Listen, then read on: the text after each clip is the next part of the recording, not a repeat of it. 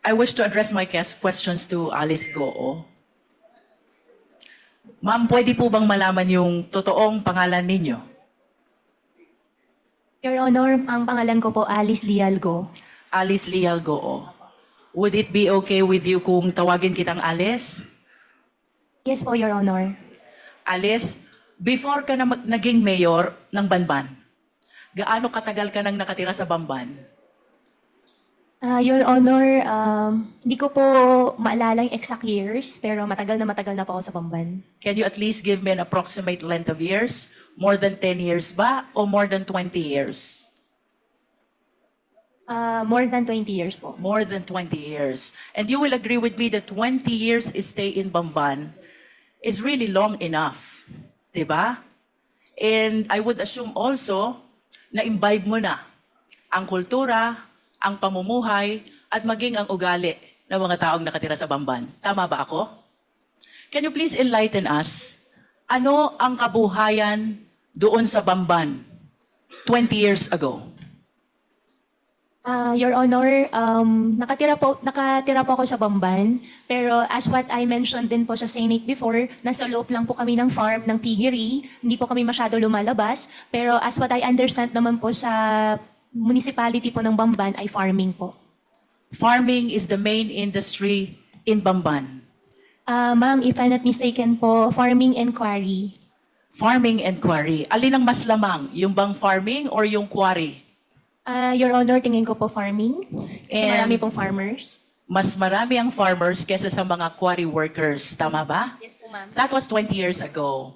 Now let's move a little forward. 10 years ago, kumusta ang buhay sa Bamban?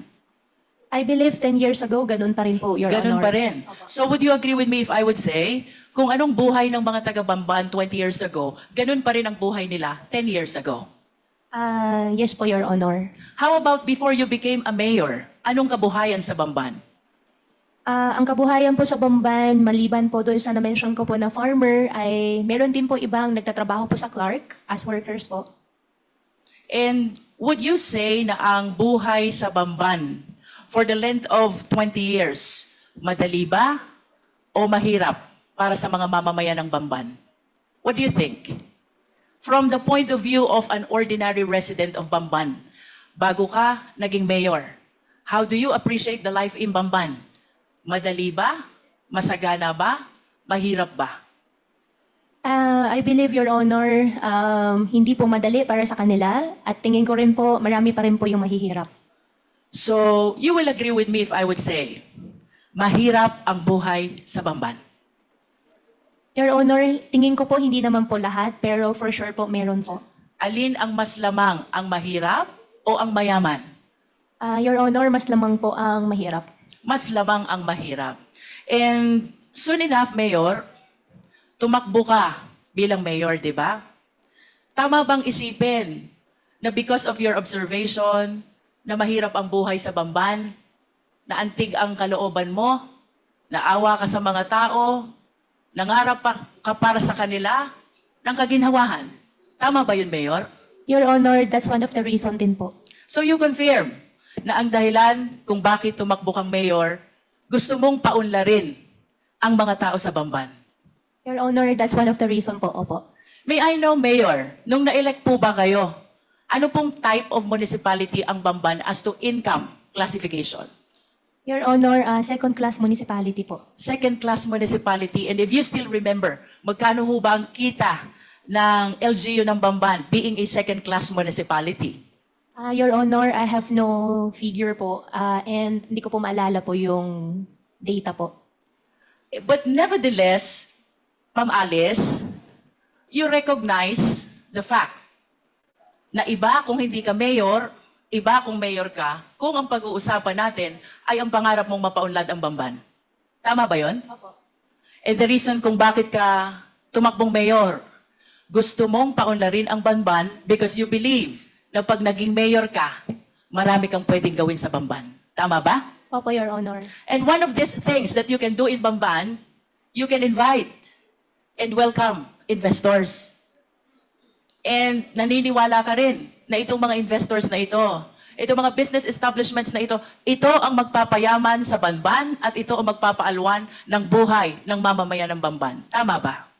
Ang belief ko po ay pag nakapag-invite po ng more investors po sa bayan po namin, mabibigyan po ng mas maraming work opportunity po sa mga constituents po namin. And let us move forward, Ma'am Alice, 2022. Tumakbo ka na at umupo ka na bilang mayor. Of course, you confirm that because that is a common knowledge, no? I'll be showing some pictures, ma'am, ha? I hope you please enlighten us kung sino itong larawan na ipapakita ko sa iyo. I am referring to the picture on the right of the monitor.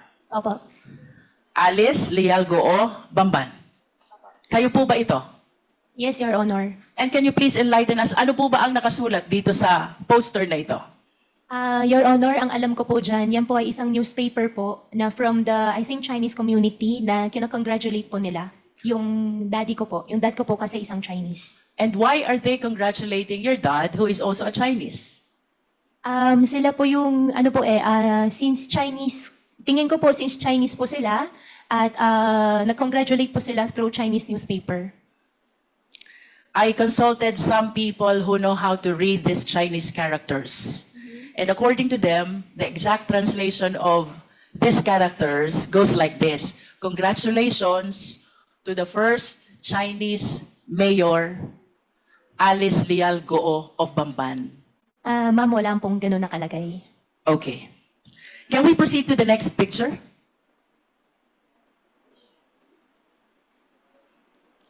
Can you please enlighten us who is in this picture? Ma'am, for that question po, I think I cannot answer. I invoke my right against self-incrimination since may pending case po sa akin about the citizenship. About the citizenship. But would you agree with me if I would say, kamukha mo yung nasa picture? Ma'am, I will not confirm po. Let us proceed to the third picture.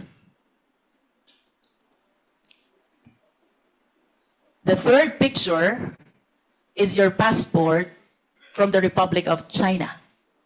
Do you confirm this? Ma'am, I'm not confirming it. I have 8 pending cases on the court. I invoke my right against self-incrimination po, ma'am. Sorry po. Nonetheless, Mr. Chair, I wish to manifest that the third picture is the picture of the passport of Alice Goo, issued by Chinese government, where the name of her mother, Lin Wenyi, is indicated, and she is described as the dependent of a holder of special investor resident visa. The mother is even described as from Fujian province. And I wish to go back to the first picture. Miss Alice Goo was described also as from Fujian province. And I understand that Miss Alice Goo acknowledged only the first slide and refused to identify the second and the third slide. Nonetheless, Mr. Chair, I wish to manifest that these documents are evidence to show that indeed the nationality of Ms. Goo is Chinese. Nonetheless, Mr. Chair, in order to realize her intention, run to a public position, bring growth and prosperity to the municipality of Bamban, including the people who lives thereat. Miss Alice Goo allowed, if not she's the one who purposely caused the same, the late registration of his birth, and even the application of her Philippine passport. I understand, Mr. Chair, that the right to run to a public office is a right which is exclusive to Filipino citizens. And I wish to manifest as well that this should be dealt with by law because this is something which opened the country to issues of national security and interest, Mr. Chair.